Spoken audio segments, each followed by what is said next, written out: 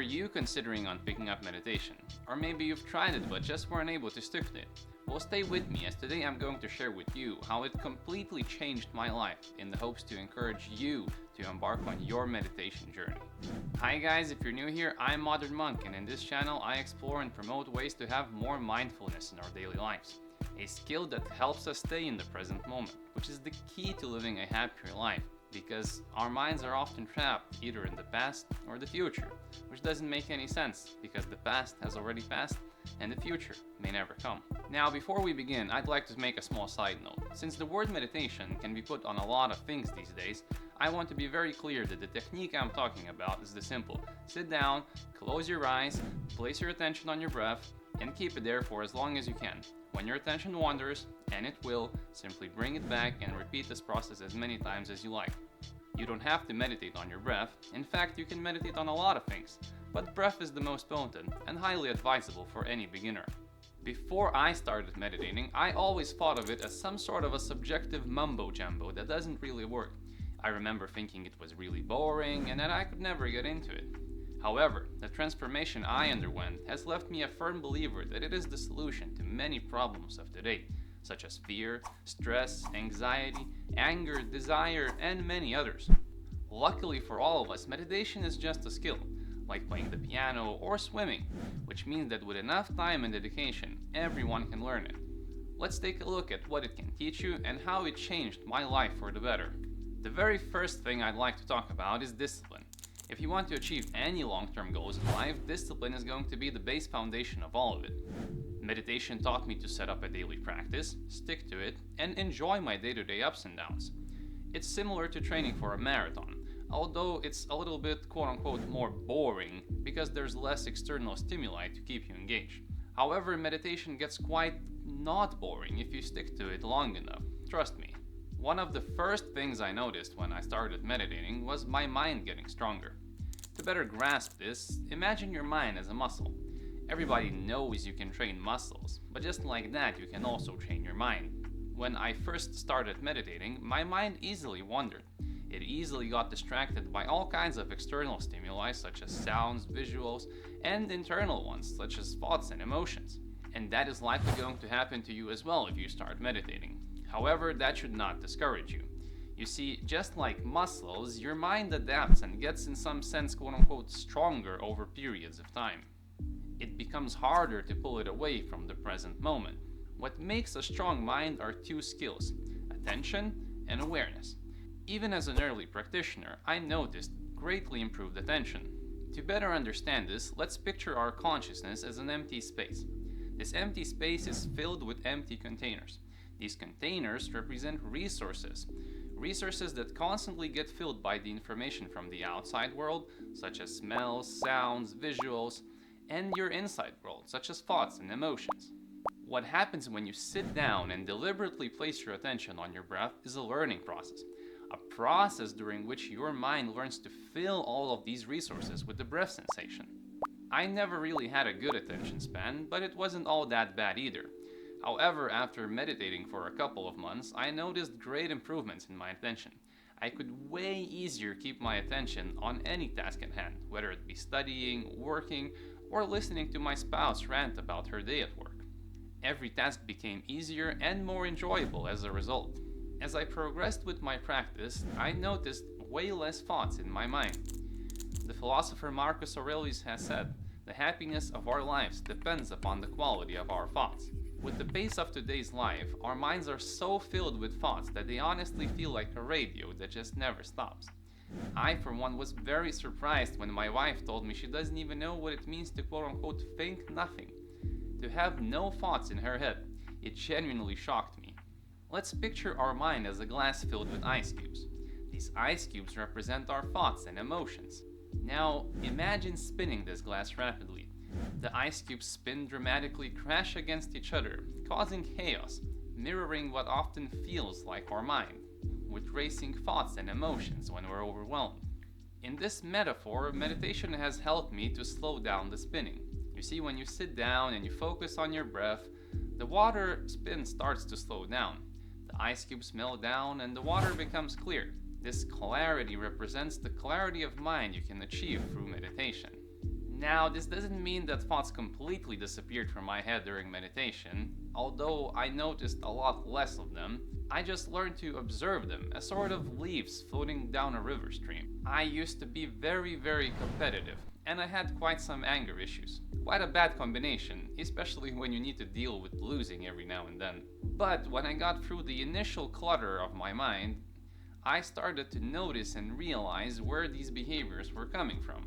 This in itself didn't immediately fix these issues, but understanding why you behave a certain way is the first step if you want to change it. So in that sense, meditation provides a lot of room for emotional healing if you give it enough time. Furthermore, with less thoughts in my head, my mind's resources naturally got filled with lower level information, such as my breath sensation, sounds, visuals, leaving me less anxious and more peaceful. Another interesting benefit I got from meditation is the ability to clearly distinguish my thoughts and emotions. You see, we often confuse the two. As I sat down and observed my mind, I noticed that they are separate entities. Thoughts are just mental objects, and emotions are just physical sensations. Rather than thinking I am angry because of X, or I am happy because of Y, my perception changed to I feel anger, or I feel joy. I remember I first noticed this when I was just sitting in the kitchen. I was sitting there and I could feel this tingling sensation in my stomach. I could clearly sense that I'm angry, but there were no thoughts in my head. You see, all the problems arise when we attach thoughts to our emotions. Without thoughts, our emotions are just physical sensations that arise and pass away like everything else in life. Like when you hit the corner of your bed with your foot. It hurt at first, but you gave it a few minutes and it passed away. Anger and any other emotion is no different. It arises and passes away. It's the thoughts that cause all the suffering. As Dalai Lama has put it, pain is inevitable, suffering is optional. We put all the suffering on ourselves with our thoughts. Have you tried meditation? If you have, how was your experience? Let me know in the comment section down below. I'd be happy to hear it. For me, one of the most unbelievable things about meditation was the ability to feel joy whenever I sat down for my practice. This joy is in all of us, waiting to be discovered, sort of like a flower slowly opening its petals to reveal its beauty. This joy arises naturally and does not depend on any external circumstances. In fact, since this feeling of joy is always present, it eventually gets redundant as your mind starts to prefer neutrality and equanimity over everything else.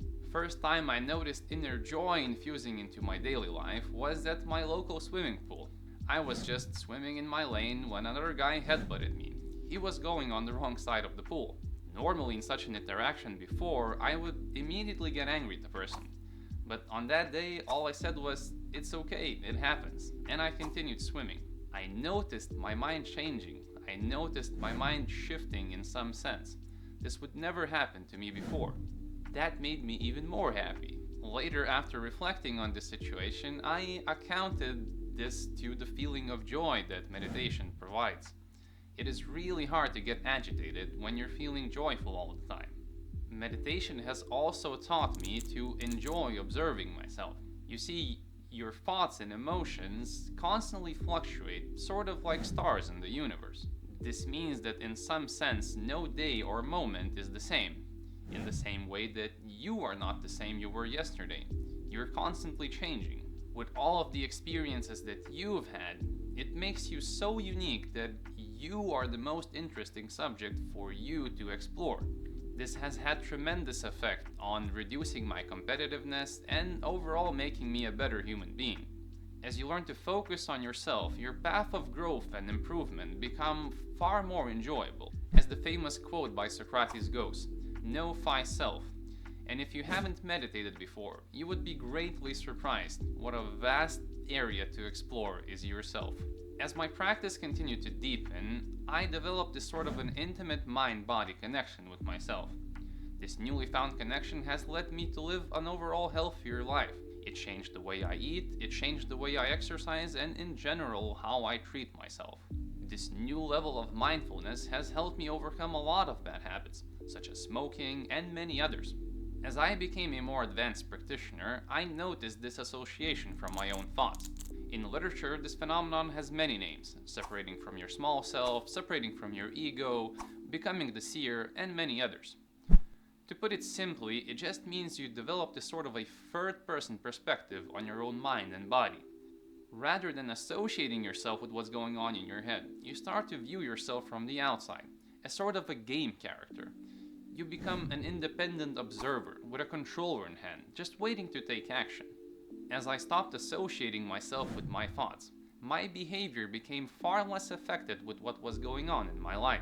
When you develop this intuition to constantly question your thoughts and not associate yourself with them, you free yourself from a lot of suffering.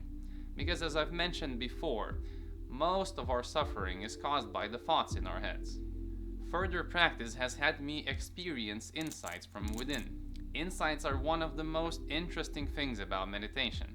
They're sort of like rare Pokemon, where they can occur to you at any time and change the way you perceive reality forever. However, they usually happen to more advanced practitioners. I will not go into detail about all the insights, because the video would be far too long. You can actually experience them outside of meditation, but that is far less likely. But let's look at one example. It is no secret that our minds are fear machines. What they fear most is death and loss of control. We all have been in a situation in our lives where something happened to us and we had no control over it, like our plane got delayed, for example. While intellectually we understand there's nothing we can do, as we tell ourselves, don't worry. Intuitively, unconsciously, subconsciously, our mind still worries. Even if we don't notice it, it does, trust me. It's as if I told you how to swim, then threw you in the swimming pool. You would drown because intellectual information has little value without practice. Meditation is this practice for the mind. One of the major insights is the one of having no control, of being part of an everlasting process. Once I experienced this deep realization in my practice, my mind developed a sort of calmness to whatever situation was thrown my way. You see, when your mind starts perceiving the world as if it has no control over anything, as if it's just part of an everlasting process, it becomes really hard to worry because there's nothing to worry about, nothing to try and control. This change has left me very peaceful and calm to any situation. And that is all I have to share with you about my meditation journey. I hope to have given you some reason to go and try and explore your inner world. If you haven't already, consider subscribing and hitting the bell icon so that you're notified when future content gets released. Thank you all so very much for watching, stay mindful, and I hope to see you in the next one.